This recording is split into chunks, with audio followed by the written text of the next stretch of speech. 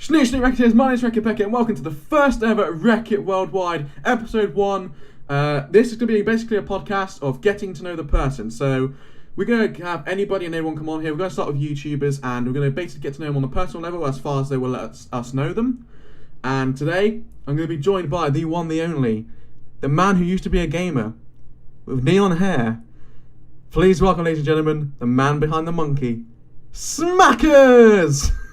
Hey, I'm the not-so-neon-haired, not-so-gamer person now. Yay! No, wait, I like the neon hair, motherfucker. I know, me too.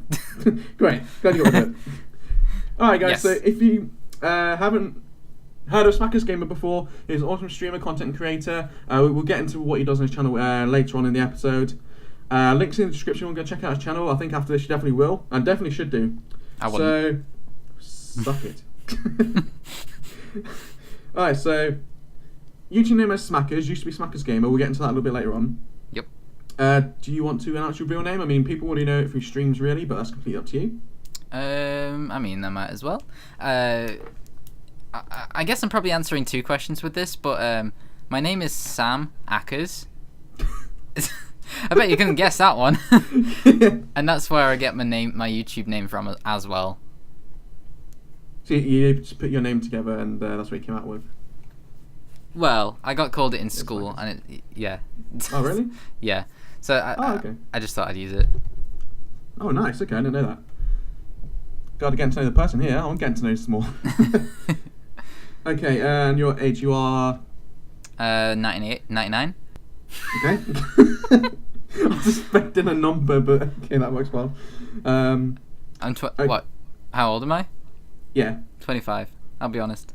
25? Yeah, boy. Did you not know that? I thought you were 26 for some reason. Oh no. Well, it will be in January. Oh, that's probably why then. Yeah. Okay, and your location? That's just like northwest England. Would you say that? Going with that? Is it northwest?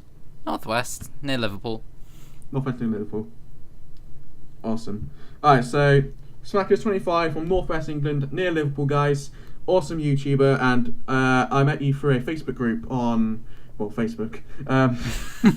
It was Gamers with YouTube, and it was actually a Slender video of mine you started watching that we got talking, wasn't it? Yeah, it was. Was it? It wasn't Slender the Arrival, was it? Or Slender? No, was it? I think it was. I think it was The Arrival. Yeah. Yeah. That's right. Yeah.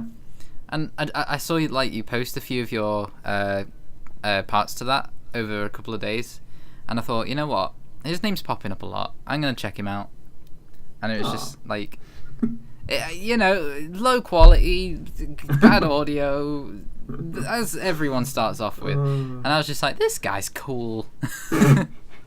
Right. Oh my god. I just went back to that video. It's like, oh Jesus Christ. All I remember. Go on. I was gonna say one of the main things I remember from that is the "Ow!" Michael Jackson thing. The Michael Jackson screams. Oh no. I thought I got rid of that. Nope. It's ingrained in my brainium. So I've known you for what, coming on 3 years now? It's gonna be 3 years in a few months, I think. Yeah, I think so. It's been a long time. And I believe our first ever collab, when we actually got talking properly, was Rocket League. Was that correct, with the camel noise? God, really? Was that the first one we've done? I think so. Huh. I'm curious. Let's have a look. It probably was, but yeah. And I've done collabs with the group as well. Years ago, we did like prop hunt and that. But I'm pretty sure Rocket League was our first one. Yeah, I think we played quite a bit together before that, but we didn't actually do a video together. Yeah. I saw that. Yeah, that makes sense. Yeah. Okay. Sorry. Oh, you're looking at it. Yeah, I'm just looking at it, but carry on. Okay, while you're doing that, we'll carry on down there. Alright, so before you actually had Smacers, used to be Smacers Gamer, you had an older channel than that, correct? I had two, actually. Oh, okay. I had Donkey Dude. That's the one. Yeah. Basically, the reason I called myself that was because I really liked playing Donkey Kong Country back then, so I just called myself Donkey and then Dude, but it was spelt Dood instead of Dude, because I was stupid. and that was my first attempt at doing Let's Plays. Actually, I did my first ever Let's Play on that channel, which was X-Men the arcade game on the Xbox Live arcade. Yeah. And I was like so unconfident and quiet, and my voice was like higher pitched and all that, and it was really weird. Actually, those videos are still available, so if you guys want to cringe, then go watch them. And then before that, I had. Wait, is that on the Donkey Dude account? So people type in Donkey Dude? Yeah, so if you type in Donkey, basic spelling, and then DOOD, all one word, you'll get it. And then I did Alan Wake as well on there. I remember watching that. Yeah, that was again rather cringeworthy, but I never finished it. Okay. Was that the channel that had was it 14k subs? Was it? No, that was before Donkey Dude. I had one.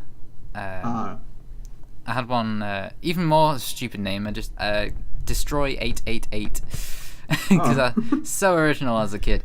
Yeah, I called myself Destroy 888 nearly everywhere online, and at that point, and did a YouTube channel mainly just to look up like videos, watch videos, and leave comments. But then I thought, you know what, I'll start uploading my own videos. Can't remember what the hell my first video was because the channel got deleted, but by YouTube a couple of years ago. Yeah, because back in the day of YouTube, copyright strikes weren't a thing. Yeah. And basically, I would release videos of like new Dragon Ball Z video game, like Japanese magazine scans with new information for the game, and I put like music over it. Yeah. So basically, I did quite a few of those videos, and then YouTube brought in this sudden like copyright infringement strike policy. Either it was there before or it wasn't, but they might have like caught me suddenly. But I'm pretty sure it wasn't there before. But anyway, they basically said, look, you've done it a lot, your channel's just gone. They just deleted it completely. Wow.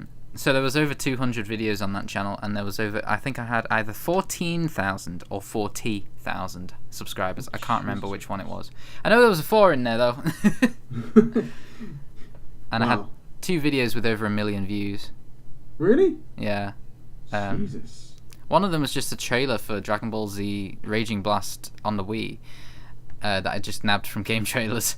And another one was a video I put together on Windows Movie Maker of my Cloverfield theory about what the monster was in that film. Okay. I was getting emails like daily, like thousands of comments on that video a day. Jeez. And on the Dragon Ball Z trailer one as well. Like daily thousands of comments were being made, and it had like probably 2 million views at one point, the Dragon Ball one. And yeah, it's just all gone. That's insane, and now it's got taken away from you. Yeah, I was gutted. I really want to be able to find those videos again, because I had some drumming videos like when I was younger, and some very cringy videos of gaming and stuff like that. Not like proper Let's Plays, but just like game footage. Yeah. But yeah. So how come you left that channel, or the Donkey Dude, and started Smacers? Actually, yeah, I just remembered what it was. I was going to say I don't remember, but I do. It was I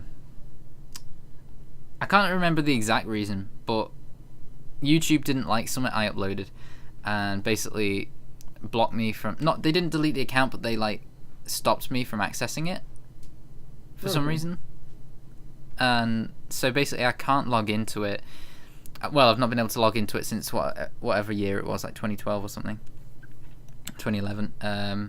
Not been able to log into it, so the videos are still just sat there in limbo, being able to be watched, but I can't do anything with the channel. So I just started a new one. So they literally just stopped you from being able to log in? Pretty much, yeah. They wow. Basically, that sounds like something YouTube do nowadays. I know. Basically, just like they didn't like what I was doing or something. I don't know.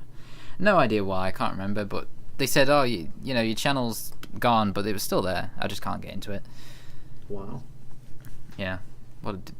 Yeah. Are we allowed to swear on this show? Yeah, I always swore. What dicks. Yeah. It's not really a swear word, but whatever. It's fine. It's welcome. It's just a short. It's just a shortened name for Richard. Yeah. Exactly. Okay, so So then that's when you came out with Smacers, and you started that when? Oh god, Smacers Gamer was like, I can't remember actually. I think it was about 2012, not long after the other channel. Yeah, that sounds about right. I'm just having a quick look while I'm here. Well, while I'm here, I'm not going anywhere. But yeah, 2012 February. 2012 February, damn. So, what made you take the gamer off of Smacers? Oh yeah, so actually, first of all, I must say that my channel wasn't actually called Smacers originally. I called it Bleach Ichimaru 04, and it was just going to be a channel just to comment on videos, not to upload. And then I changed it to Smacers Gamer because I started actually releasing gaming videos. Bleach Ichimaru was a bit too confusing for people to remember, so I changed it to Smacers Gamer. Smack is obviously what I explained before, and the gamer basically to express what I do. But I thought, like, I read up on, like, I joined that Facebook group, Gamers of YouTube. Got a lot of people's opinions on having like game or gamer or gaming or whatever in your name, and the general consensus was like, it's too generic. You know, you see people with gaming and all that in their names, and it's like, you know, you just see it too much. And so I thought, you know what, I'm just going to remove it, and hopefully I'll stand out a bit more. Oh, okay. So that was probably, what, about 2-3 months ago now you did that? Oh, I think it was longer. Yeah, I feel like it was during like a couple of series ago. Oh, okay. Might have been Doom or something. God, that was a while ago. Yeah, I've never finished that either. Yeah. How many games have I not finished? Let's go through the playlists. That's what I'm actually doing. Oh, okay. Okay, so we won't go into this one, but you're also a Taken man. Yes. Awesome. So, out of everything you've done on your channel, what's your favourite game series that you have created? Favourite game series? If we're saying my favourite that I've ever done, I'm gonna be honest, it's probably my Donkey Kong Country with Profanity Monkey. That leads on to my next ones. Because that was the inception, basically, of, if that's the right word, of Profanity Monkey, like the creation, more like. Yeah. Of the Profanity Monkey character, which, like you say, we'll go into. But it takes so long to make those videos, so I just kind of stopped. But they were some of my most popular and most, like, personally, my favourite videos that I've ever done. And I actually legit laugh at them myself. They are good. If you guys haven't checked them out, go and check them out. Smacers Gamer, Smacers channel. Sorry.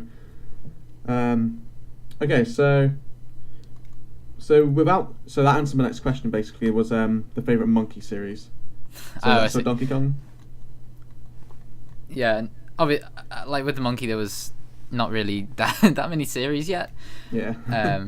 I started to do Profanity Monkey Plays. Basically, the Donkey Kong Country one with him was just me and him together. Like, he was wrapped around my neck, and I'd play the game, I'd record the footage, and I'd like pause when I'm talking, and I'd like add in his voice, and like try and foresee what I might say to him, foresee what a conversation might entail, and like try and respond to him, and then add it in later. But then that takes some talent. It took a long time. Yeah, it'll take me all day to do like a 15-minute video on that, like literally all day, 8-9 hours non-stop editing. Jesus. To get all the timing correctly, the volumes and the effects or whatever that I might add. Yeah. So then, like, I think it was part 9. I've only done 12 of that, but part 8 or 9, I think, or maybe even 10, I did a video where Profanity Monkey pissed me off so much that I just left him to play the game himself, and just left him to commentate over it himself, and that took even longer. But it made me, like, it was a trial run basically to see maybe what my idea of just having Profanity Monkey play games on his own, how that would work out. Yeah. And how like the viewers would react to that and what they'd think of it. So that was successful, I believe. So I started to put together in my head a Profanity Monkey Plays series, basically. And And it never really came to fruition until April of this year, when I decided to actually just do it. I just put it together. Profanity Monkey plays Honey Pop. Which ended up being very funny in my opinion. But I started editing part 3 and they take so long. I just lost motivation. I love them so much, but yeah, it does take a long ass time. Like in that time that you edit those videos, you could probably make at least 2 weeks worth of videos in that amount of time. Probably, yeah. So. Yeah, just regular gaming videos, yeah. Okay, so without the monkey, what's your favourite series that you've done by yourself? Oh god. Actually, I think I do have an answer. It's an older one, but Paranoiac, which is an RPG Maker horror game. 10 episodes long is how long it went on for. Basically, that was lower quality. I was in a different room, so the acoustics of the audio was different, like my commentary. And apart from that, it was mostly okay. Facecam was slightly different quality, worse quality.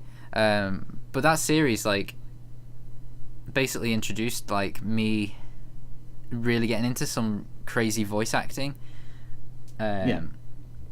Like in my Curse of Monkey Island, which is Monkey Island 3 series, I turned off in my Monkey Island 1, 2, and 3 series. I basically had to speak out because it's a text game. I had to like read what they were saying, so I started doing like funky voices. And in Paranoiac, like those voices all kind of came together and made like an interesting collaboration of two voices in particular.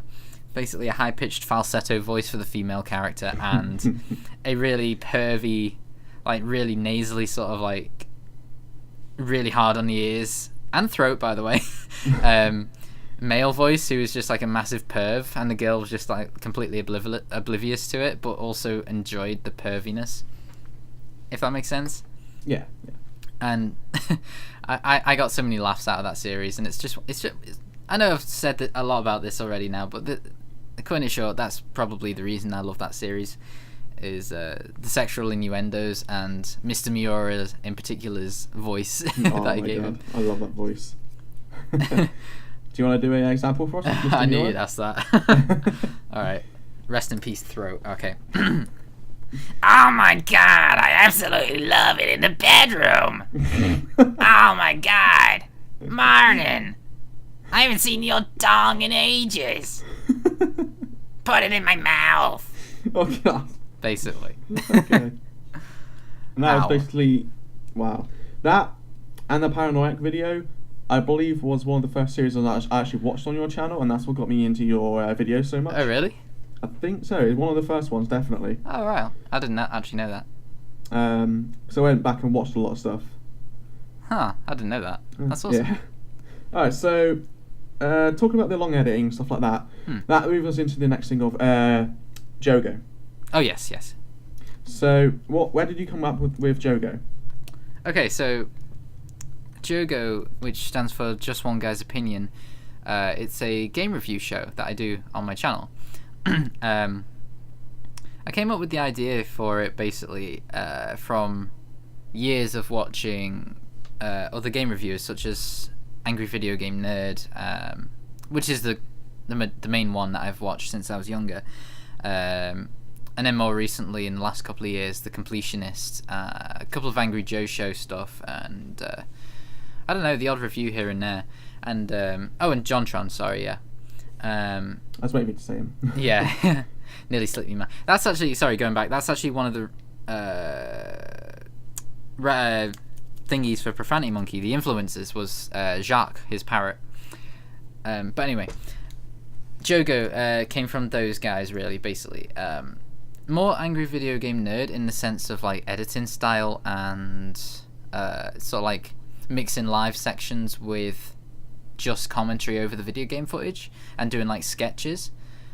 For those who don't know Angry Video Game Nerd, he basically, obviously in the name he gets angry at video games, but he during the video and at the start and the end of videos he adds in like live segments where he's like drinking his Rolling Rock beer and sitting down on his couch saying like, "Ah, what shitty game can I play?" And he's like looking through his game collection. He does like funny jokes and adds in characters in suits and stuff, and just does like fight scenes with characters in suits and nothing to do with the game, just general, comedy.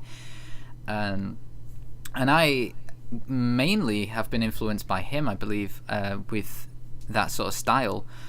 I try not to do the whole like overly angry game reviewer thing, because that is what he made as a staple, and that's what a lot of video game reviewers have tried to like imitate and emulate over the years, and it's just overdone. So I try and keep it calm and informative, but also I do like vent my frustrations as well now and then. Yeah. And Kid Icarus as well is another YouTuber game reviewer that I kind of have that influence from, with the live sketch comedies and the reviewing style.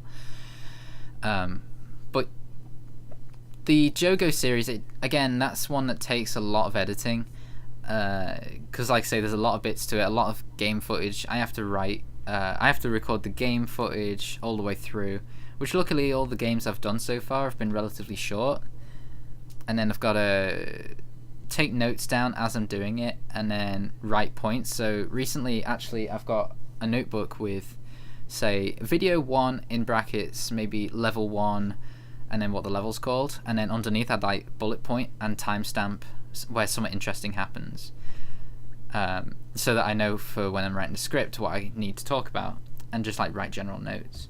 And when I'm editing, which bits go where from where, like if something interesting happens, like I die or something, I'll see like in my book it'll be like 2 minutes 35, and I'll be like, okay, I'll go to that in the video, slap it in there. Just makes it a bit easier.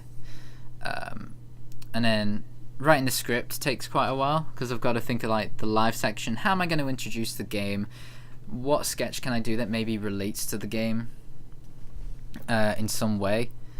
And then kind of go from there, really. Just add it all up together, and yeah. Okay, so these Joker series are roughly 20 to 30 minutes long. Yeah. But that's with the game being reviewed in between, like the gameplay, graphics, whatever you do, and then you also insert your own live skits. So yeah, it's a very well thought out process of keeping it entertaining, no matter what the length of time is. Yeah, I mean the length is something I'm not too happy with, to be honest. It's like the first one was quite bad. It was 25 minutes, but then I've said they'll get shorter. Episode 2 was 30 minutes. Episode 3 was 30 minutes. Episode 4 that I'm currently working on is looking to be shorter, but I'm not too sure until I know how long the live sketches are going to be, because I've not actually started recording those yet. I'm just like putting the gameplay and commentary together. Yeah. But like I started this series 11 months ago, and I've only done 3.5 videos so far. How long's it been? Yeah, nearly a year. Because it just takes so long. It's like the Profanity Monkey videos. I would love to roll out the Profanity Monkey videos, plays Honey Pop, and Donkey Kong. I'd love to restart the Donkey Kong series and continue from where I was. I'd love to see that as well. I seriously would, but like when it comes to like real life, like when I'm working, because I work in retail and I work in a like greetings card shop, so it's like happy birthday cards, Christmas cards, etc. So it's like during special seasons of the year, like Father's Day, Mother's Day, Christmas, etc., it's like very high demand for staff. So there's a lot of hours being given out at these times of year, and on days that I'm not at work, I either see my girlfriend, I'll go to the gym, or I'll just generally have like a gaming day or a gaming evening just to myself, because there's games that I really love playing that I didn't get to play when I was constantly focusing on YouTube. Yeah. And I just kind of got a bit fed up of like all these new games mounting up. Like a new game comes out, buys it, doesn't play it because I'm focusing on editing. If I may hint Fallout there. Don't even talk to me about Fallout 4. I've had that game for 2 years nearly, and I've never touched it. I don't understand that. No, it's Heavy Rain and Beyond Two Souls PS4 collection as well. I've had that for about the same length of time. Never touched it. Oh really? Yeah, and I've got, most of my PS4 games are unfinished or untouched. Yeah, as a creator myself, though, I get where you're coming from with that. Yeah. So Jogo episode 1 was That was Buzz Lightyear of Star Command for the PlayStation 1. Yeah. Number 2 was that car one, wasn't it? Vigilante 8 for That's the PS1, one. yes. Yeah. And And then number 3 was Scooby-Doo. Scooby-Doo and the Cyber Chase for PS1, That's the yeah. one. Yeah. That was awesome. I think I actually preferred Scooby-Doo out of all 3 of them so far. That's probably my favourite. I didn't like it so much when I actually finished editing it. I was like, this is not as good as I had hoped. Because I had an idea, and it was probably the hardest idea I'd had with the live sections, was having 3 of me in the same clip. Because I played multiple characters. But it's all well and good, like having a camera angle with me as Smacers, and then skipping to another camera angle with a character I made up, say the shadow creature, the shadow monster guy. Yeah. And then back to me again, like just back and forth camera angles, so you only see one at a time, and it's like they're talking to each other. I wanted to make it seem like we are in the room together. We are conversing in real life in this sketch, you know? Yeah. So I found a way to do it. I actually did it in Buzz Lightyear Star Command episode 1, but it wasn't perfect, and I wasn't terribly happy with it, and it was only one quick scene, but it was a test. And then in Scooby-Doo, I originally planned it out. It took a lot of planning and a lot of getting my head around it, because it was like, how am I going to have this person in the scene with Shaggy, and how am I going to have Shaggy in the scene with the Shadow? Because I played Shaggy, and I wore a black morph suit to be a shadow creature with a creepy voice. So where did you come up with the idea for the shadow? I actually I bought a morph suit for a cosplay, which I never actually ended up creating, which would have included cutting the head off, because it was just like a black suit with ninja armor over it, and I thought maybe a morph suit would be best. So I never cut that up, and thought, you know what, I want to create a creepy character, and just a plain black shadow creature is simple, but it's with, you know, a low budget, not much room in not much space in my bedroom. It seemed like a good idea to, you know, to do that, and so I tried to like put me, Shaggy, and the Shadow Monster all in one scene together. I tried it with one scene. I recorded me, didn't touch the camera. I recorded the Shadow Monster, didn't touch the camera, and I thought I recorded a Shaggy scene, didn't touch the camera. Like I put myself on the left side of the view, put Shaggy on the middle, and then the shadow creature on the right side of the screen. So hopefully they would all end up, when I'm cutting it all together, would look like we're in the exact same spots, like same room together, but side by side. Yeah. Without cutting any arms off or anything with the effects. Unfortunately, either I didn't record the Shaggy segment, like it just, with all the confusion that had to go into it, I probably overlooked it, or something like that, or I deleted it accidentally, because I couldn't find the third part to it. I only had me and the shadow. So I ended up just having a scene with me and the shadow, or me and Shaggy. There was never a scene with 3 of us in, so I kind of failed, and it was disappointing that my big idea went to waste. And then the ending scene where I'm being chased by the shadow through the corridors, which That's one of my personal favourites. That is actually one of my favourite scenes as well. In the sort of like classic Scooby-Doo doorway hallway chase scene thing, I did it in that sort of style. I was very happy with how that came out, but it was still not great. Like the lighting would change in some scenes because it's got automatic lighting settings on the camera, and there's nothing I can do about that. So I'd like change to adjust, and I wouldn't have realised. So maybe the scene would like flash to white all of a sudden, then it'll be a bit darker again. So there's the odd bit I'm not too happy with, but it mostly like came out okay. Like talking about the game and adding in my running jokes, like with the Commander Nebula from the Buzz Lightyear game, appearing in every single episode and it triggering me. That's a running joke that I've got, and I love that. And I've already added it into my 4th one. Oh, nice. Yeah, because I nearly forgot to add it in, but I couldn't not add it in. Yeah. And I don't think he was in part 1, but episode 1. But episode 2 had Profanity Monkey in it. Oh no, he was in episode 1. He was in episode 1 and 2, Profanity Monkey. Yeah. That's right. And I was gonna have that be a running thing as well. But then I wrote the script for Scooby-Doo, and I'd finished it all, finished the whole script. I was just about happy with it. I'd been like, oh, that took me forever, like 5,000 words, whatever the hell it was. And I realised, shit, Profanity Monkey. I didn't put him in. What am I going to do? He's my glitch segment person. He talks about the game glitches and the fuck-ups.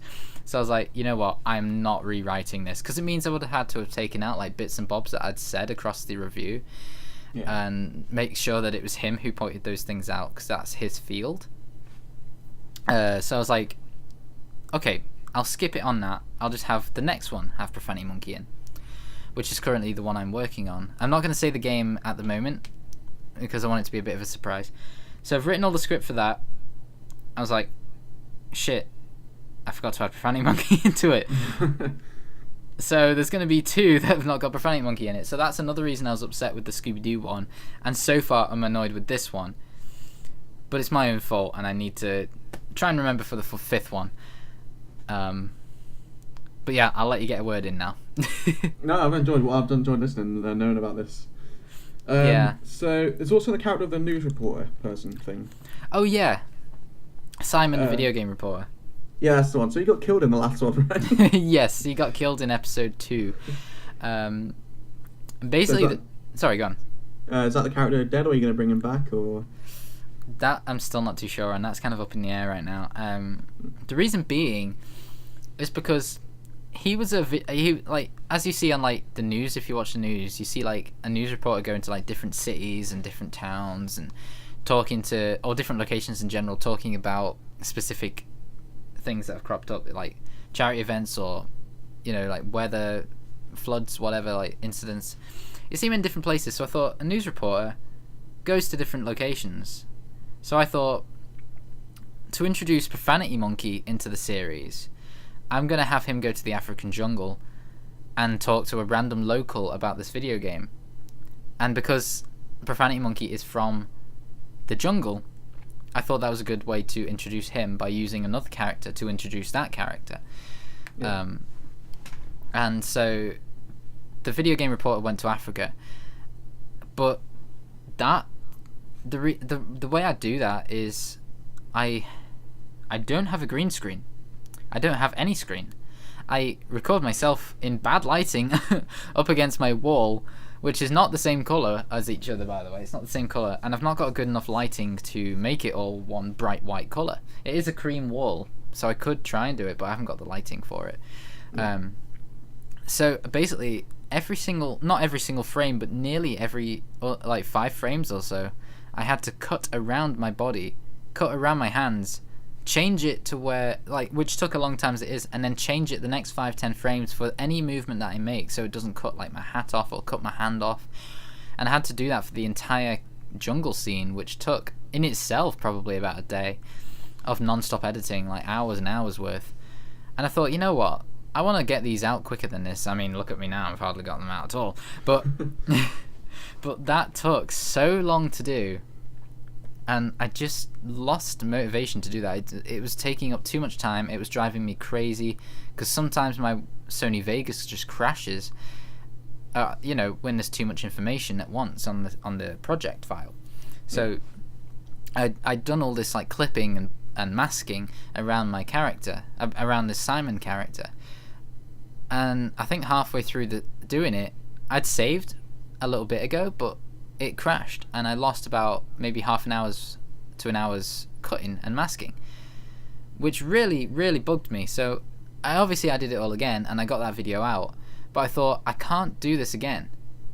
So for part 2, I had it in my mind that I'll do it for the intro, and I did it for the intro. He went to a location that's based in the Vigilante 8 game, which is what that review was about, episode 2 was about, and he stood there talking, and then something happened where because it's a car destruction game, so something happened where the cars came into view and he like kind of got scared. It went to static, didn't see him again until later on when all you saw was a desert, a close-up of Simon the video game reporter's like legs and his shoes with Profanity Monkey next to him with a bloody knife.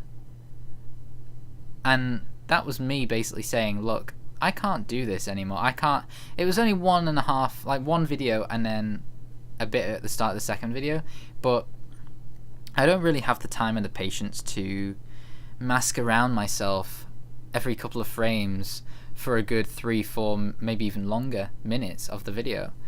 That would drive me absolutely insane. Yeah, I mean, it did for me as well. It's like it was not even that rewarding really, because the frames that I skipped to make it faster, like every 5 frames, maybe at the 3rd frame in that 5 frames, I'd move too much, and that masking won't cut it, so it would literally chop off a slight bit of my shoulder or my hand, and that was just, a little frame or 2 of movement, and it would mess everything up, and it just looked choppy. It didn't look that good. It wasn't rewarding, and I don't have the motivational capabilities to do that and not have it be very rewarding, because if I did all that effort, I'd want it to be worth it. I'd want it to look good, but that's the thing. I got told it didn't look that good, honestly. Someone said to me, like, it's very choppy, not having a dig or anything, but just like being honest, it's not very it's quite choppy, it's not very smooth, and it made me realize, yeah, no, you're right, and it took me a lot of effort to do this, but you are correct, it's not worth it.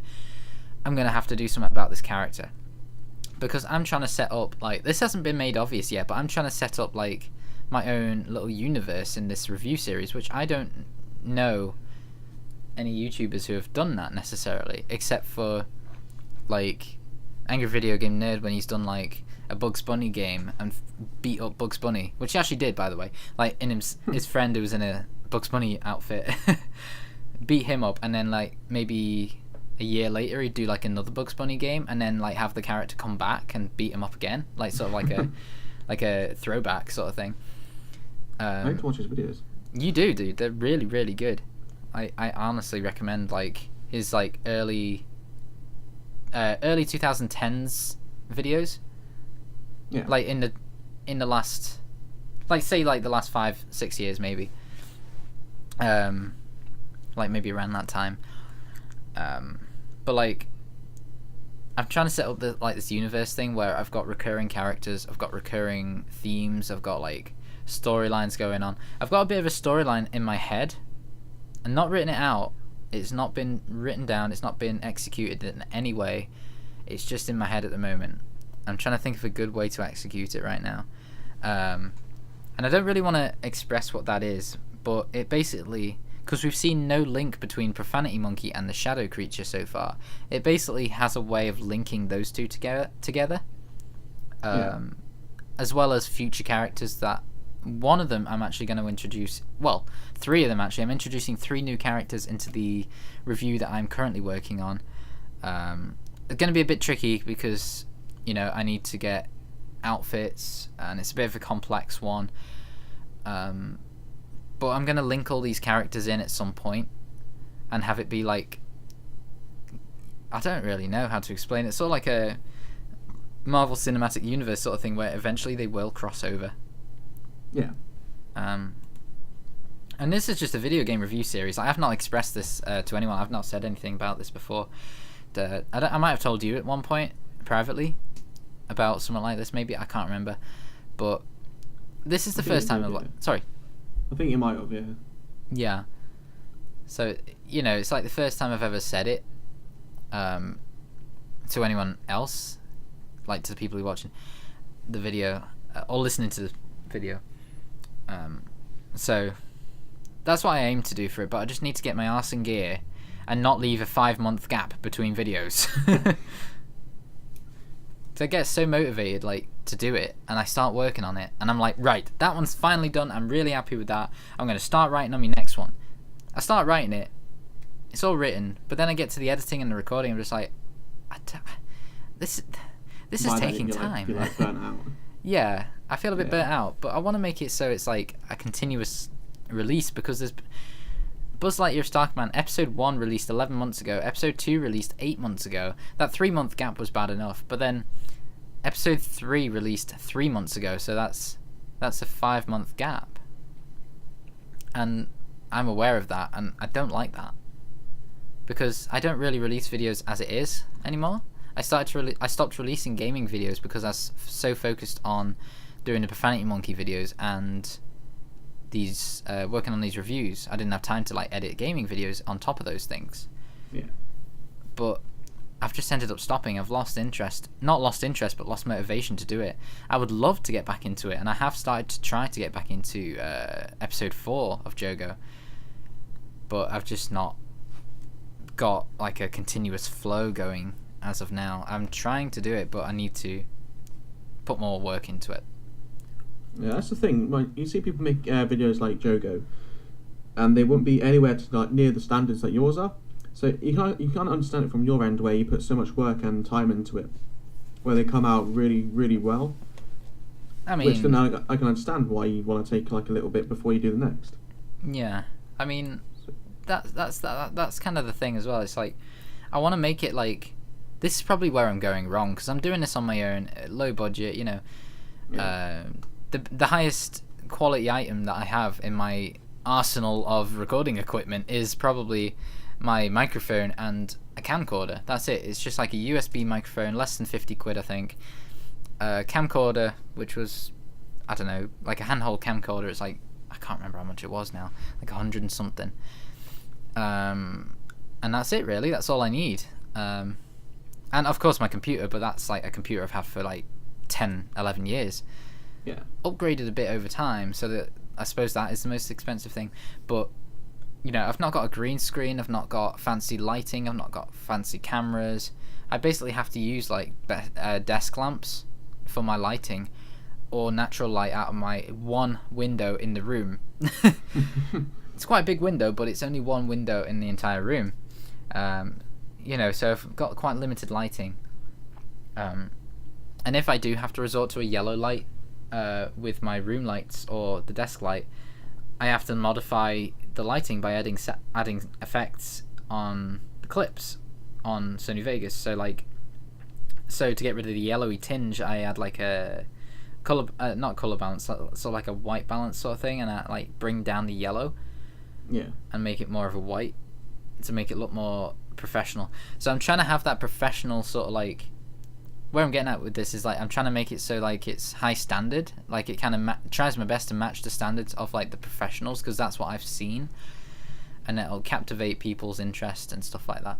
I mean, if I wasn't bothered about making it look good, I would just like put like a single clip of, say, if I was doing a Scooby-Doo one, put like half of like a minute's worth of footage from one level of the Scooby-Doo game, have me talk over it, and leave it at that with not much editing, if I was just trying to release them really quickly. But what I do is I like put a short clip, like maybe 5 seconds, talk over that bit. When I next start talking about a next segment, like when it cuts to another bit of speech, I will put in a different clip, a specific clip that I search through and, you know, think, oh, that'll match what I'm saying, or that'll be good for background video whilst I'm saying about like the gameplay or something. Yeah. I split the clips up into like 5 second, 10-second segments, and if not shorter sometimes, and like match it all together. So these are like 7 or 8 videos worth of gameplay footage for the one I'm doing currently, at least. And you know, I have to search through those videos and find a decent part of the video to add for this bit of commentary that will match what I'm saying. And then the next 5-10 seconds maybe add another bit. Yeah. To match what I'm saying. So it's like I'm trying to make it different and more interesting, and you know, have it be original the whole way through, instead of just like a single video clip going across like a minute's worth and then just talking over that. You know, I try and make it high quality, and that's what takes the time. I want to be up there standard wise with the greats that I am influenced by, and you know, I want people to look at my videos and be like, you know what, he's really low subscriber count, he's really low like view count, he doesn't seem to know exactly what he's doing, but he knows enough to make it look good, I guess. Yeah. And you know, I'm not trying to be big-headed with that, but I am proud of how much work I put into these videos, and I want them to definitely should be though. I mean, yeah, I mean, with the amount of work I go into it, I suppose it's only fair. But like, I want people to look at that and be like, he's got the quality that could be potentially very soon up there with like the Angry Video Game Nerd and stuff like that. Yeah. I mean, even they started somewhere, you know, somewhere single clips for like 30 seconds and talking over it and then snapping to something else. Yeah, exactly. Some of them still do that now, in fact. It's not a bad thing. It's just I want to make sure like I probably do go a bit overboard with it, really, but every clip that I put in, like every 5 seconds or 10 seconds, is always going to be a different clip. Maybe I do go a bit overboard with that, but maybe. See, I see overboard as good because it shows that you're thinking about it and what you want to put into it and stuff like that. I see overboard is quite good sometimes. Yeah, I suppose there is a lot of thought in it, but yeah, I'm thinking of the time. Like, it takes a lot of time, and I have been like trying to like make the clips a bit longer, spanning over more commentary, so that it's not jumping to different scenes too much. Just so it takes a bit less time. But yeah, it's I don't know. It's all learning. Like, I'm sure by Jogo episode 10, whenever that will come out, I'll probably have mastered it a lot more. 2027. Probably, yes. One a year. It wouldn't even be that. It'd be one every a year and a half or so. Something like that, yeah. But yeah. Okay, guys. So if you haven't checked out Jogo, there is a link in the description. Go and check out the game reviews that he has out at the minute. He puts so much work into them, and they are top-notch quality. I freaking love them, and I think you guys will as well. So, okay, let's move on to the improvements that you've made on videos themselves. So, you've improved lighting, quality of the camera, stuff like that, and also you moved into your attic, right? Yeah. So I don't know what Americans call it, but I've got a loft conversion. So that's the one. Yeah. So it's basically like a loft or an attic converted into a bedroom with carpet and painted walls and lighting and all that. It's basically another room in the house.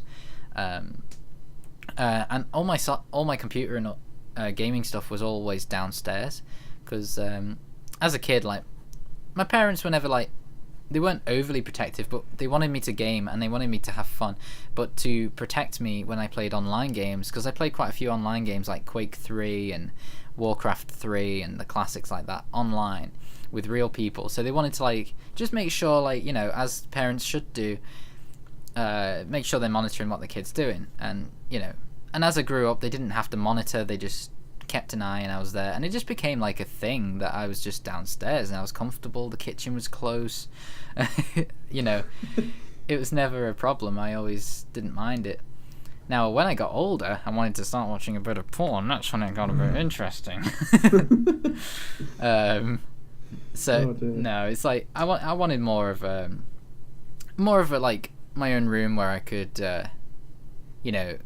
just do what I wanted a bit more and not have someone walking through the room all the time. And so I moved up into the loft conversion, which was my mum's room originally, but it was someone else's. It was my sister's room before that, but my mum lived up here, and then some stuff happened that had to, family stuff that had to make her move downstairs to keep an eye on my nephews who now live with me, as of a couple of years ago. So I decided, I'm going to move upstairs and be able to do my gaming more, because I'm always quite embarrassed and unable to do my videos when I was downstairs, because my mum was only in the next room, and she would shut the door, and I would say, please don't come through in the next 15 minutes while I'm recording this, and she'd oblige it. She was very good with it. She was never like, oh no, if I need to do what I need to do, I'll come through. She was always like, okay, just let me know when you're done, text me, or just pop in sometimes we text each other in the other room, but I do as well, don't worry. I'm just lazy. But we'd do that, and it's she was always very good with it, but I thought, what, I'm too self-conscious about screaming at horror games, I'm too self-conscious about shouting and swearing while she's trying to watch TV. I'm going to move into the loft conversion. So I did that. I have no worries now about, except when my mum's gone to bed or my nephews are in bed, I can't scream too loudly. But I can record whenever I want. Yeah. But now I can record whenever I want to, and it's just so much better, and I just got so much more freedom to do it. And pretty much. What was the question again? So since going up there, I've noticed the audio greatly improved. Oh yes. It became very, very crisp, very clear. Mm-hmm. I wish mine could be like that. But okay, so let's move back on to Profanity Monkey quickly. So where did the idea come from with Monkey? Oh yeah, so like I touched upon earlier, like Jacques from JonTron's channel is slightly an influence because it's I know it's not exactly the same thing. It's not a stuffed animal with a robotic voice. It is literally a robot parrot with a red eye that talks in a robotic voice, which is a text-to-speech voice, like a simulated voice, but it's not, it's not provocative. It's not anything like Profanity Monkey. It's basically a real parrot with a voice put over it, and that's slightly an influence because it's an animal that talks during the videos. And in a way, it's kind of like your alter ego in kind of a way. Yeah, like for those who know me very well, like Martin here does, and he knows that I am quite dark with my humor, and or I can be, and I say some random crap that and I can be quite like internally quite aggressive, like outwardly to myself, if that makes sense. So like if I get pissed off in real life, I won't be like swearing. I won't be like, "Oh, you dick," all that to that person. But inside, when I'm on my own, I'm just like, "Oh, they've been a cunt." Yeah. Sorry for my language there, but like I can't express that outwardly, and I'd feel really badly. Like I'm not like aggressive or anything like that. That's not what I'm saying, and I'm not like verbally aggressive about people. It's just like if someone really gets on my nerves, I might express that to myself. I wouldn't do it to other people or to that person. I'd just like do it to myself, just out of frustration to get it out. But like I can't, like if I'm really like dark humored and sweary, which I do like to be, I don't really like to be like that too much on my YouTube channel, because obviously that's for the whole internet to see. That is for people to judge. It's out there for people to judge. They can say whatever the hell they want about Smacers, the one who said a dark joke about death, for example. I don't know. But Profanity Monkey, he is a character that can release my like internal humor and my like pent up frustration, or just general insanity with the things I say. And I'm able to express like different things that I can't normally express because I either don't want to or I don't feel the need. Yeah. I can do that through him. So it's like me failing at a game. If I'm playing Donkey Kong Country with him, and I fail at a game and I'm like, "Oh, I died again," I can have him say, "You absolute effing bitch," Yeah. and just have like him just be like my internal anger coming out through that character instead of me going like, "Oh, Yeah, exactly. I do that as well when it gets really bad, but I can do that instantly through him. Yeah. And it's just like a way of doing that, I suppose, and it's funny. So you got him from the zoo, right? Yeah. So, strangely enough, when I was a kid, I went to, I can't remember what zoo it was, but there was a zoo with my parents. I went, and I saw this, like, I think it's actually meant to be a lemur, really. It's not actually a monkey, it's a lemur thing. Huh. But it's classed as, it's in the same sort of, it's a monkey. I don't care. Yeah. I saw that like this Velcro monkey, this toy monkey with Velcro hands and feet, so they could stick together and hang off things. And I was like, "Oh, Mom, I want that." And she was like, No, I'm not getting you that. It's too expensive or whatever. Back then, it was probably a bit more expensive. Yeah. And I was like, "Please, I really want it." And she was like, "Okay, fine, you can have it then." And I was like, "Yay!" And I took it home. Never really. You sounded the most enthusiastic then. Yay! Yay! Sorry, continue. Yeah, like I was so excited to get this little stuffed monkey. But like I took that home, and I never really played with toys, so I don't know why I even wanted it. Like even as a kid, I never played with toys really. Yeah. So I don't know why I wanted it really, but it just ended up collecting dust, and it got thrown into like a box somewhere and never touched until I was older. And this was over 10 years ago. Way over 10 years. This was like probably over 15 years ago. And like I just randomly thought, this is literally my thought process. I was just getting into the shower, and I thought to myself, what could be good for a new series for my channel? I want to play Donkey Kong, but I want to make it interesting because Donkey Kong. Oh no, that's it. I had like a really sore throat and a bad cold, and I thought, you know what, I'm gonna be too calm, and it's not gonna be too interesting hearing me like sniffling and not being able to talk very well during this video series. So I thought to make it more interesting, I'll introduce this character to make it more like high octane, sort of like verbally actiony, if you know what I mean, if that makes any sense. Yeah. Sort of like more intense, whilst I was feeling really sick, like really ill. So I introduced this swearing monkey, and I found, like, I went through my storage boxes like a little while before, and I remembered him. I found him, and I was like, oh yeah, I still own that. I was like, that'd be perfect for a Donkey Kong game because it's a monkey. So I introduced him in Donkey Kong Country Part 1, which is like over 2 years ago now. And I've hardly done anything with the thing because it freaking takes ages to freaking edit. But no, like, influences was JonTron's Jacques Parrot and the Halo video series on YouTube called RB and the Chief, which was a bunch of toys that had that would move on their own. They were like sentient toys in this series, and they would like move and talk to each other and make jokes, and it would have this automatic voice, like this text-to-speech voice, like Profanity Monkeys and Jacques from JonTron, and you know, it would have like text on the screen so that you knew what they were saying, because sometimes text-to-speech can come across a bit weird if you're trying to say something weird and it comes out in a weird way. So that you put the text on screen, you know what's being said properly, so if people know, yeah.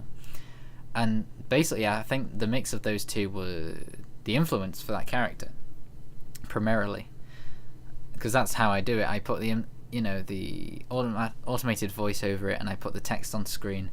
And I think going through it with adding the text for every speech thing he says, and adding getting that synced up perfectly, that's what takes most of the time. To edit those videos, basically. Okay. So, if you could meet your favorite any YouTubers or your favorite YouTubers, who and why? I mean, I've already met him twice. He's right here, talking to me. Haha. Haha, kiss arsing. Give me subs. You dick. I actually thought you were going to say Yummy Mash. Oh yeah, I thought you were thinking that. That's why I said I'm talking to him. No, I have met Yummy Mash twice. Like I like the guy. Like, his videos are funny, but I don't really watch him that much. I've watched him more in Markiplier's videos when they collabed.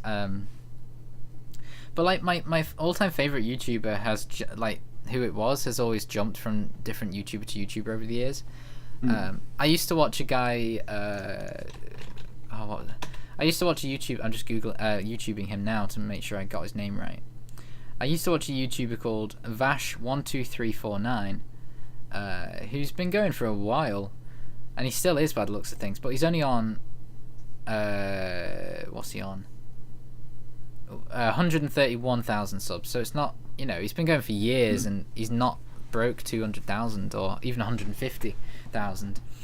But I used to watch his. It's like just, you know, gameplay with commentary over it. No face cam, no silly edits, no jokes, just pure let's plays and walkthroughs. And you know, I used to watch his Monkey Island videos, and I'm assuming that was the same guy. It's hard to remember, but there was someone else that I used to watch that I can't remember. Unfortunately, but then it kind of jumped to the bigger YouTubers, so I jumped over to PewDiePie because I heard a lot about him, so I started to check him out and his early Amnesia custom story videos. And I instantly fell in love. I was in hysterics. Don't like him anymore so much. He's just a bit more boring now. Some of his videos I'll watch rarely, and I'll get a little bit of a laugh. But jumped over to Markiplier after that. Loved him for a long time. Watched him for a long time. A couple of months ago I stopped watching him, and I watched the Game Grumps side by side, but now I watch the Game Grumps primarily. But even then I don't really get much time to watch them anymore, on top of just working, seeing the girlfriend, trying to edit my own videos and failing. So if I could meet any of them at this point, I'd say Game Grumps. And I'm actually seeing the Game Grumps live next month because they're doing a tour in America. Europe. And they're coming to Manchester, which is a couple of hours from me. So I'm going there. I'm surprised they're not doing it with Markiplier. He's going on tour soon, isn't he? Yeah, he's doing a American tour and European tour. I think it's like he waits for a bit and then it's the European one. I could be wrong, but he is also coming to Manchester in February, and I would have liked to have gone, but because I'm not really watching his videos lately, and I'm way behind on his content, I thought, you know what, he's a lovely guy, genuine fella, but I'll not go because I'm already paid out to see Game Grumps, and got to pay to get there and all that jazz. Yeah. So I'll leave Mark. I'll just see the Game Grumps and I'll be happy with that. Because Jacksepticeye is actually going to be at Game Grumps' show as well. I don't watch Jacksepticeye. Seen him a little bit in Mark's videos when they've collabed, but it'll be interesting. I'd love to meet them afterwards. At the arena they're going to be playing at or gigging at. There's a backstage exit where I've met a couple of bands before. After a couple of an hour or two of waiting. I met one of my all-time favourite bands there, well, 3/5 of them anyway, a few months ago, and it was absolutely amazing. So I'm going to try and hang around there afterwards if my girlfriend will permit me to do that. Because I can edit that out if you want. What's that? You can if you want. I don't mind. I probably shouldn't say her name, but my girlfriend anyway. Just what you can do is put this over it. Okay. There you go. You've probably heard that noise twice now because Martin would have put that over the name of my girlfriend. Anyway, my girlfriend's called Wow. So I'm gonna try. So I'm gonna try and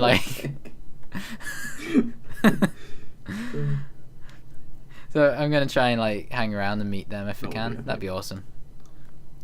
It's not like they've got much gear to put away. So when I met Dream Theater, my all-time favorite band, they had so much gear. It took an hour and a half to 2 hours to meet three of them. But hopefully with the Grumps, it won't take too long. The manager there and people helping them stage and stuff. Yeah, so I'm really, really hoping I get to meet Aaron and Dan. I'm not. No offense, Jack or Sean. I'm not too fussed about meeting Jacksepticeye. But it would still be cool, But Game Grumps for sure. It's a long-winded answer to that question. So from an early age or whenever, what actually got you into starting gaming in general? Oh, just generally playing games. And what's your earliest memories kind of thing? Earliest memories. What got me into gaming first off was my mum had some old consoles, so the very old ones, so Super Nintendo and the Mega Drive. Or Genesis in America, and the Sega Master System, which was a bit of an underrated console, in my opinion. And she, she used to play them, and she passed them down to me and my sister and my brother. It would be in the living room. Any of us could play it whenever we wanted, sort of thing. And so I just what's this, and was playing these games and. Donkey Kong Country was one of the first games I ever played, in fact, on the Super Nintendo, along with a couple of others, because these were all my mum's beforehand. Didn't have many games on the Master System. Wasn't the greatest console, really, but it was alright.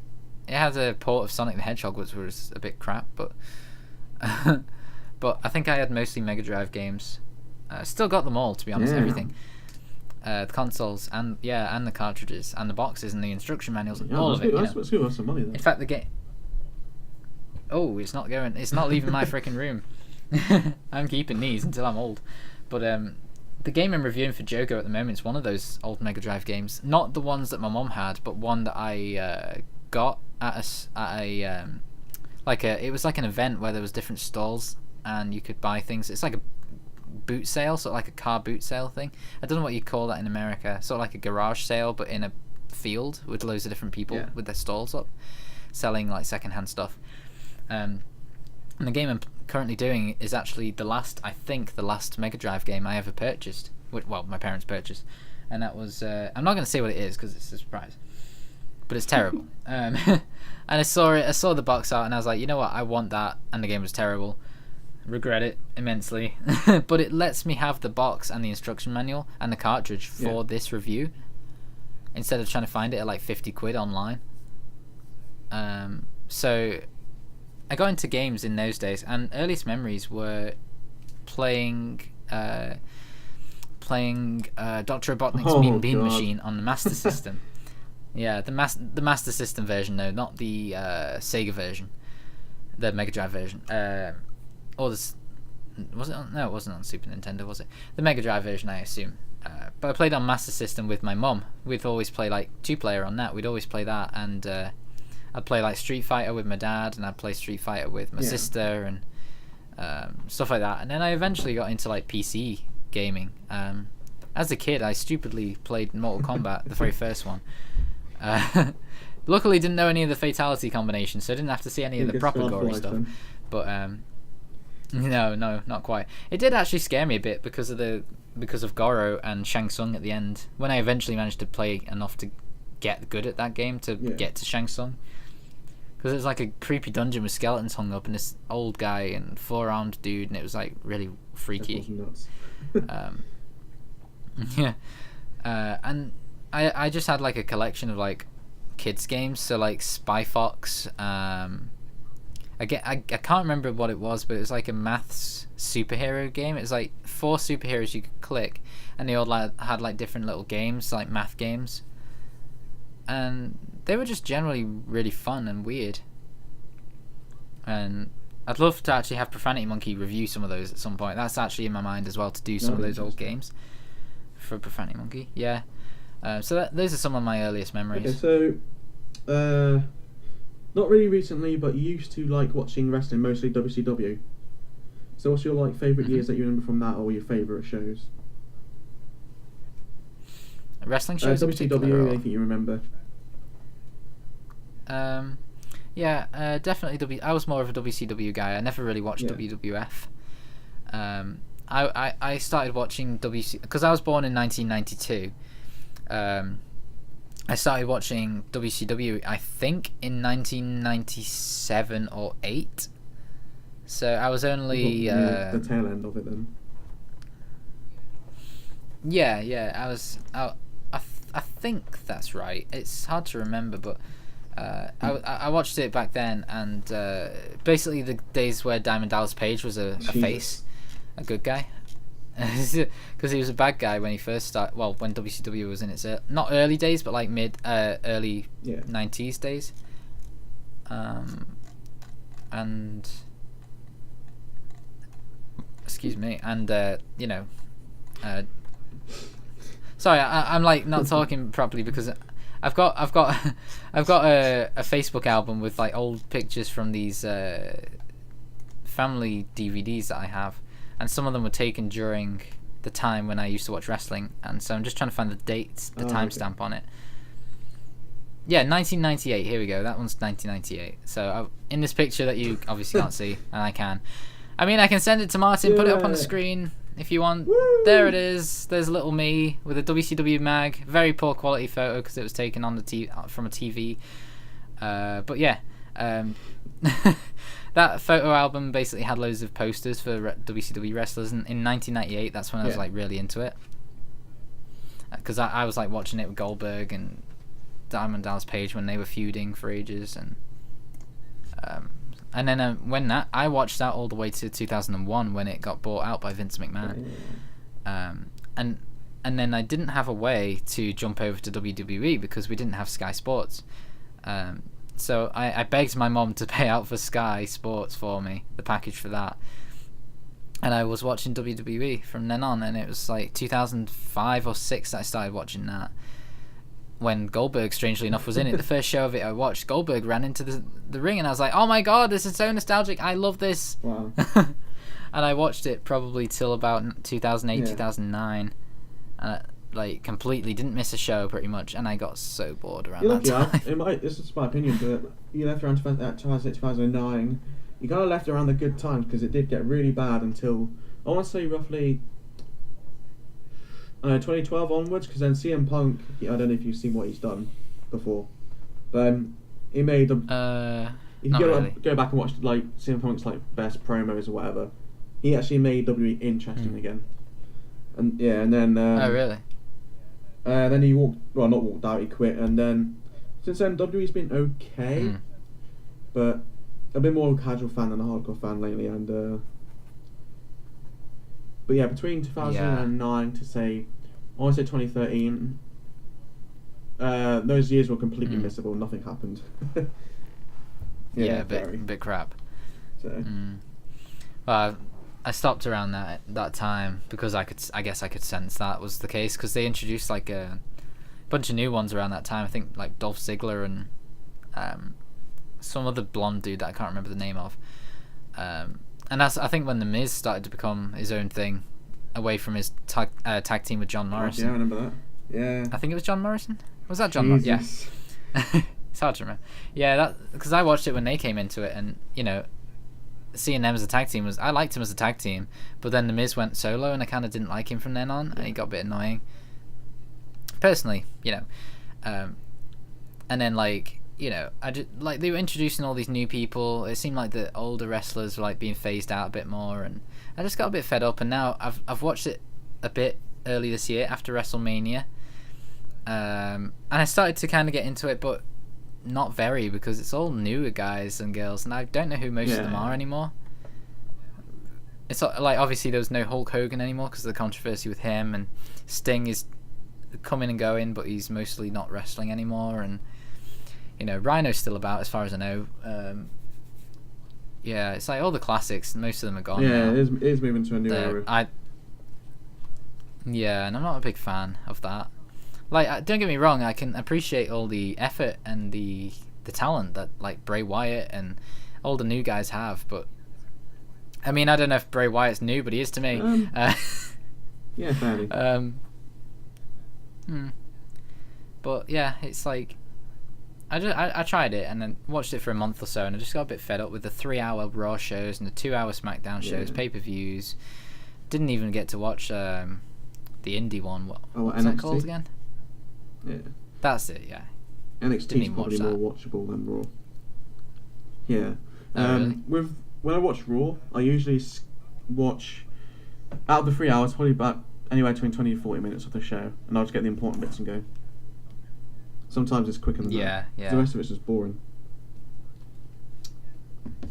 Yeah, I remember you saying about that. It did seem to drag. Like the 3 hours, I'd have to just, if I wanted to play something on my PS4 or something, I couldn't because I had Raw on or SmackDown on the PS4. On whatever I was using to watch it on. And it's like I can't play a game I want to play. I can't watch a show I want to watch. So I'm just gonna have to think of a game that I maybe don't want to play right now, but will do on the computer, because my computer and PS4 are right near each other. So I'm just gonna have to enjoy these 3 hours, enjoy what I can watch, and also play a game at the same time. I remember watching, being on, I think, a Skype with you while you were watching WrestleMania that time, and that was 6-7 hours long. Fucking ridiculous. Yes. That was fun though, because I got to share it with my good buddy Martin. And you're like, who's that? Right. Alright, take a seat, son. I'm gonna tell you a story. I love how you Seth Rollins was as soon as he came out though, in the gold. Oh yeah, I've heard of him. Yeah, I've heard of Roman Reigns and Dean Ambrose. Yeah, well, I work in a card, like I mentioned earlier, I work in a greetings card shop, and we have a card aimed at like children's birthdays, and it's got Roman Reigns on it. So burst it. I've seen him. Burst it. Hey. Burst. Yeah, I'd seen him a few times from that. Okay, so from you making videos and your reviews, stuff like that, you've also turned into doing streams again. Yeah. So streams, like, there's a funny thing that I keep having to explain because either people miss it or they forget, but like I can only seem to stream certain games and those games are on a PS1 emulator. I think there's something up with my computer. I think it might be the motherboard, because everything else has been refreshed since then, like new stuff put in. Got a good RAM, I've got a good graphics card, got a good CPU. Motherboard's old, and whenever I try and stream something, it will give me a lag spike very badly. It'll lag spike like for 10-20 seconds, then it'll be okay for 10-20 seconds, then it'll lag spike again. But it won't even be the game that lag spikes, it'll be my audio and webcam on the stream as well. But it only does that when I'm streaming. And the only application that works and lets me stream is the PS1 emulator, and I think that is because it doesn't use up too much of the computer's memory or whatever, compared to like Overwatch or some game on Steam. Like, I've tried to stream in the past other games and it just always fails. Some games do work, like Cry of Fear wasn't too bad, but it did lag a lot. A Super Nintendo emulator wasn't too bad, but it's just, I'm going to run out of games that I want to play on PS1 eventually, so I'm going to have to do something with that. But I've definitely like improved like my fan base. It's gone from like 590 subs to 720 in a couple of months. Around 600 mark, like going up and down, up and down. Yeah, I was going up and down, and then I started streaming, and then people came and were subscribing. Yeah, I think I gained like, what was it, 30 in one day once? 30, 40? Yeah, it was, yeah. In one stream. It was roughly like 30 to 40 subs. Yeah, and that was only in a couple of hours. Was that Spyro? Like, I think that was Spyro. Yeah. Spyro 1, yeah. That's insane. Yeah, cause, and then I got like 50 viewers in Crash Bandicoot. That was nuts. And got quite a new subs from that. Yeah.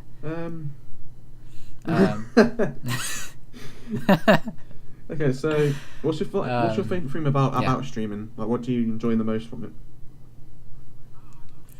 Oh, I love getting all the subs and getting all the attention and being able to like say, "Hey, look at me, I'm popular." No, that's not what I mean. My favourite thing is definitely the interaction with the viewers, reading the chat, reading out as many messages as I can and responding to every message that I can. Just like having a laugh with people, chatting to people about random crap and just like having a conversation. It's been really fun, but I don't do that as much anymore because it's coming up to Christmas. There's a lot more demand for staff at my work. When I get home from work, it's usually like 7:30. Then I want to eat something, then it'll be like 8:00. No, like more like 8, half 8. And by then I've not really got a lot of time to do much because I've been on my feet all day, running around, talking to people all day. I don't really want to I'm the kind of person who, if I've been talking to people all day, I don't really want to talk to people when I get home. I know that sounds really antisocial, but like when I've been working, I just like, even if like say yourself, Martin, or Scott, have said like, do you want to play a game for a bit, or do you just want to Discord? I'm like, nah, I'm tired. It's not an excuse, I swear down. It's because I've been I guess it's because I've been talking to people all day. I just want a break to myself. I'm more of like a to myself person. Like I can just about talk to myself and not get annoyed. And even then I get annoyed with myself sometimes. But yeah, I've always just been more of a introvert, and I guess like having a childhood not being in school, because I didn't really go to school as a kid because I got bullied. It was only until 11 years old that I went to school properly. So before that, I would just sit on my own, literally playing games all day, every day. The same game, hours worth, hours and hours of the same game. Sims 2. I had my Sims times as well. But it was more like say Warcraft 3, I was obsessed with that. Like the custom scenarios, playing like Naruto maps and like tower defenses and stuff like that. So good. I actually might install that again. You'll never see me again. But like, I always sat on my own just playing games, and I didn't have to talk to many people. I just talked to myself. And back then I did want to talk more, so I would play online with more people. I was always messaging people on Xbox Live saying like, "Oh, do you want to play? Do you want to play?" And I'd just invite people without asking them and stuff like that. Yeah, and I'd always do voice chat no matter what the game was.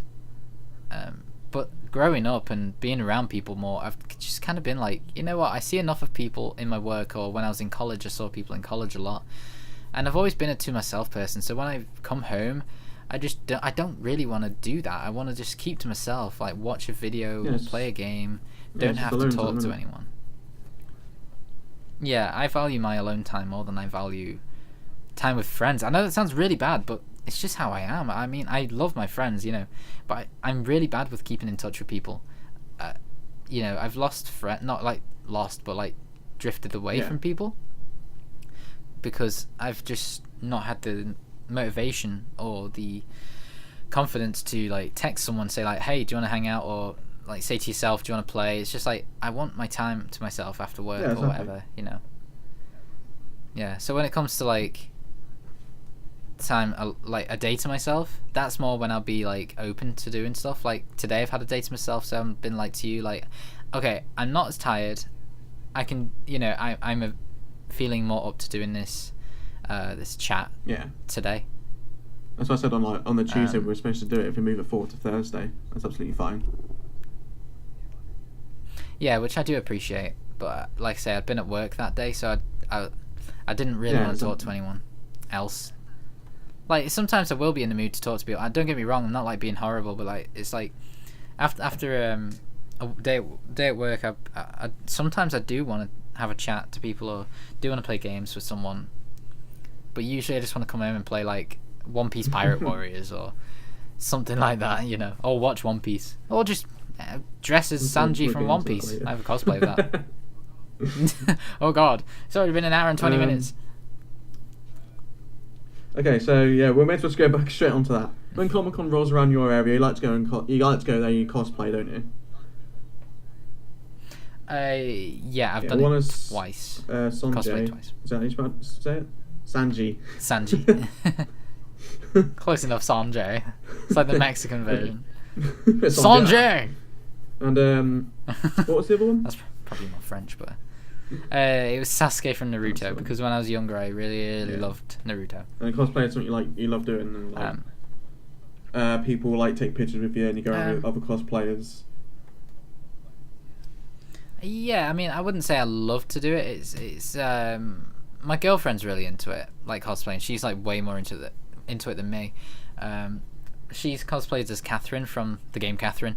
Cosplayed as Sailor Moon. She's cosplayed as as Harley Quinn the other month. Stuff like that. So she's usually more into the cosplaying thing than me. But I was going with her and just finding it a bit not boring but a bit dull, because she was getting like photos with her and all the attention was on her. She was going up to people, I was taking the photos. I don't mind it, but I would have liked that myself, where people like appreciated my outfit and I could take photos with people and stuff like that. And I did take photos with people in my normal clothes, but it felt better cosplaying. It just felt more involved with the community, a part of it. Yeah. So I thought, what?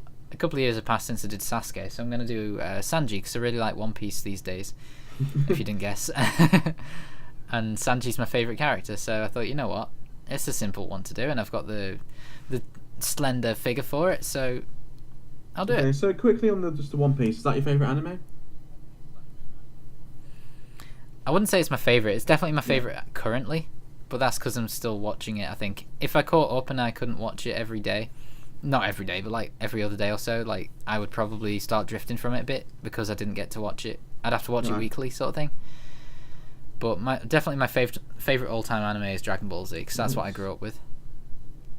And I grew up with others like Pokemon, Digimon, Yu-Gi-Oh. What else? Shows like I watched Duel Masters, which was basically sort of like a Yu-Gi-Oh sort of spin-off, not spin-off, like a rip-off show. I think it was either on Cartoon Network or Toonami or something, but I don't think it ever really hit off too well. It had a PS2 game based after it, though.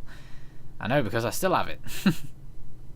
But yeah, it was more just like whatever was on Cartoon Network or whatever at the time, or just on TV at the time, I'd watch. But Dragon Ball Z was one that I got really into. And I've never really gotten into One Piece until recently. I have tried to watch it through a few times. Got to like episode 50, got bored. Got to episode 100 the second time through, got bored.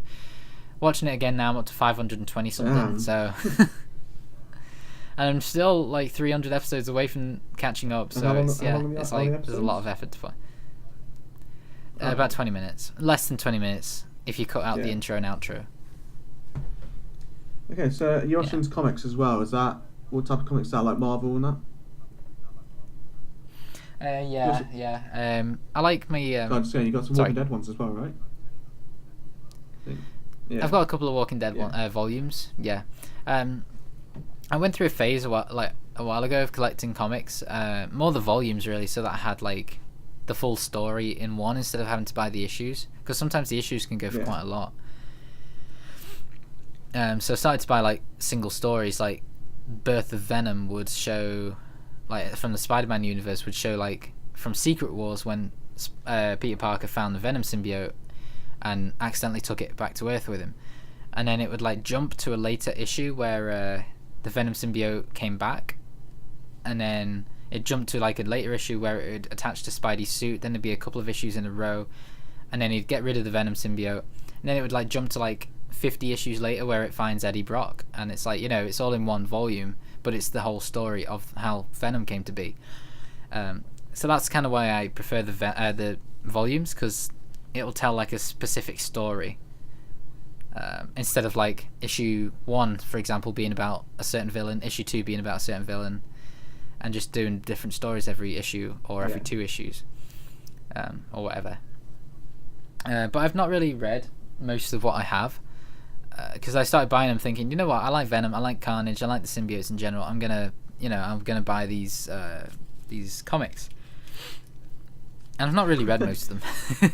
Okay, so on while we're here, basically you got me into Kingdom Hearts, and is that one of your favourite games? Oh yeah. Game series? Yeah, I'd say actually Kingdom Hearts 1 is probably my all-time favourite game. No, second all-time favourite game, next to Final Fantasy X. Which is funny, actually. I really seem to, from what it sounds like, I'm really into the Square Enix games, or Squaresoft games, whatever time period you played those games in. But to be honest, there's only one Final Fantasy game I've ever finished, and that was Final Fantasy X, and I've only played 3 Final Fantasy games. So which ones have you played? Number 10 and... Yeah. 4 Final Fantasy games. I played Final Fantasy 1 on an emulator. I played Final Fantasy 7, but didn't get too far into it. Final Fantasy 10, and I've played a brief bit of Final Fantasy 9. Haven't you got the boy band edition? Couldn't really get into it. Oh, yeah, I forgot that was even Final Fantasy. Final Fantasy 15. I like how I knew what you were saying. Okay, make it 5 then. Final Fantasy 15. I think it's because that one's like completely different from the other games. It's a lot more set in a much more realistic sort of setting than the others, apart from the giant monsters, of course. But no, I do like that one. So when you're not doing YouTube or making videos or gaming or anything like that out with your girlfriend, so what's like your interests and hobbies beyond that, like not watching anime, stuff like that, in your spare time? Well, I like to jerk it a bit now and then. I mean, what? Well, I didn't say anything. You just heard a beep. That was my robot side coming out. Anyway, apart from like work, not work. I don't enjoy that. Next to seeing my girlfriend, next to doing the editing, and I play some games on my own time. But I'm also a drummer. Like I play drums, but I don't play very often. But I've been playing for about 11 years, maybe 11. Yeah, about 11 years. With electronic drums. Guitar as well, sorry? Right? Yeah, I've got a guitar and a bass, but I'm not very good on them. I've had them for a few years, but I've never really put much effort and time into learning. But I know a few chords on guitar, nothing major. And I know drop D tuning, because that's a good one to freaking do metal. It's very easy to do metal tracks with that, because you don't have to do chords. You just put your finger over the whole thing and there you go. Sounds good. Yeah. But like, yeah, that's about it really, apart from seeing friends whenever I do that. That's good then. So, alright, so we're going to end it here with this podcast with what's your inspirations, or who inspired you? What, for YouTube? Yeah. Or for anything you've ever done. Oh God. Well, I was inspired to live by God Almighty. No. I mean, Satan helps me do my daily deeds. Teaches me to be nasty. No. Here's a little fun fact for you. Satanism is actually not bad. Anyway, not getting into that. Google it. Anyway, my inspiration for YouTube, at least, was probably... Oh, I don't even know. I'm actually going to say this and say probably just game trailers, like trailers for games. So that's what back in the day. That's on Like, the other channels. Well, the Dragon Ball Z one. I started off... Yeah, like that was one of my earlier ones. On my very first channel, the Destroy 888 one, which I previously mentioned with the trailers, I actually started that channel uploading drumming videos, I believe, and God knows what else. I don't know what else I put on there. I can't remember. There's like 240 videos. I can't remember most of them. And then I thought, you know what? I'm gonna, because I'd seen these trailers for video games and just saw like gameplay footage with music over the top, and I thought, this is cool. This is quite high octane, intense video footage here. Back in the day, that was a lot more, a lot more new. So I thought, you know what? I'm gonna start trying to find a way to record my own game footage. And I saw other people were like recording their own game footage. This was years before PewDiePie, by the way, like before Let's Playing became a thing. And that's probably why I got so many views on my videos, because it wasn't very popular. But I started uploading like all the cutscenes put together from the Lego Star Wars game, the very first one. Yeah, and like I played through the game, recorded all the cutscenes, put them all together into one video.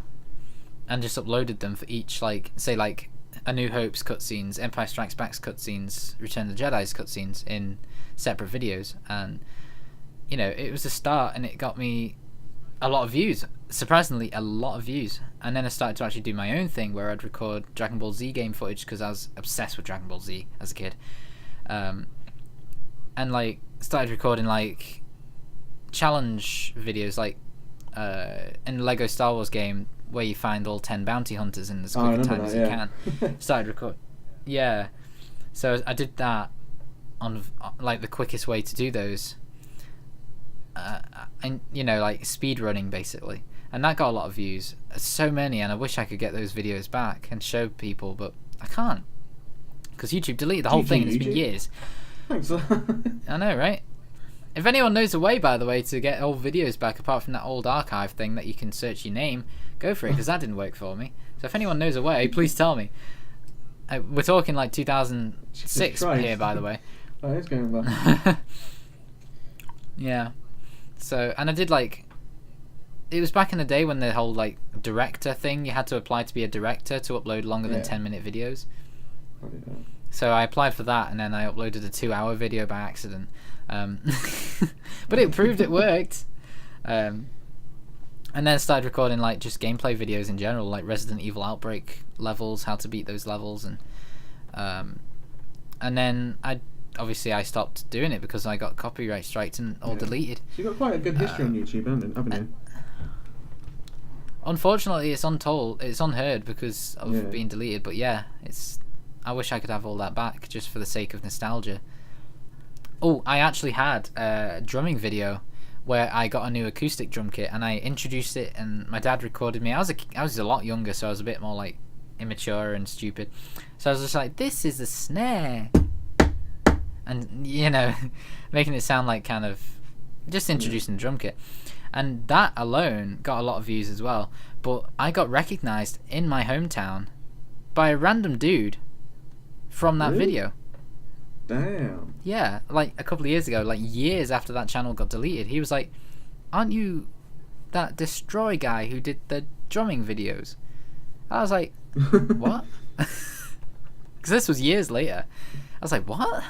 How do you know this? He's like, I used to watch you. I was like, holy crap. That was really cool. And I was just at the pub watching a band play, and this guy came up to me. He kept smiling at me. He's like, this is weird. So I said, I smiled back. I was like, you know what? Okay. And then he came up to me and was like, I know you from YouTube. And I was like, really? So he explained that to me, and then he took me upstairs into the pub's like band practice room, and let me play on this drum kit. And he was like, you know what? Show me what you can do now. Show me how you've improved. So he showed me what he can play, and he was pretty good. You know, drum rolls galore and all that. You know. And then I just started off with like a basic 4/4 beat, so like the just like that sort of beat, just to try and make him seem like, oh, he's not improved that much. And I was just like and like blew his mind. But that was really cool. And I also had another person record a skit video of my drum introduction video, basically, because my dad was shaky with the camera, so this guy like held the camera himself, and he was like shaking it dramatically to imitate the video, and he was like, so this is a snare with a dorky voice, you know, really low quality video. I only saw it because he video responded it when you could actually video respond to videos on YouTube, and I thought it was quite the piss take, and it annoyed me a bit, but it also made me quite, you know, happy to see that someone did that. But that was back in the day when pretty much anything you upload would get a load of views, because there was no competition back then, really. So it wasn't anything impressive that someone would respond to my video, because that's just what happened in those days. But now it's like incredibly hard to get noticed at all, because everyone's doing what PewDiePie started. But I started it before you, Pewds. It's a real MVP. Fuck you. Yeah. Alright, so before we wrap this up then, what people might not know is we've met up twice now in Birmingham, as you mentioned earlier. Yes. Yes. We need to do it again either before this year ends or in the start of next year. Yeah, definitely. Both times have been freaking awesome. Yeah. So what's your favourite thing that we've done in Birmingham, in the meetup? Oh, really? Oh, God. I'd like to say even just sitting in Starbucks talking about Pokemon Go was amazing, dude.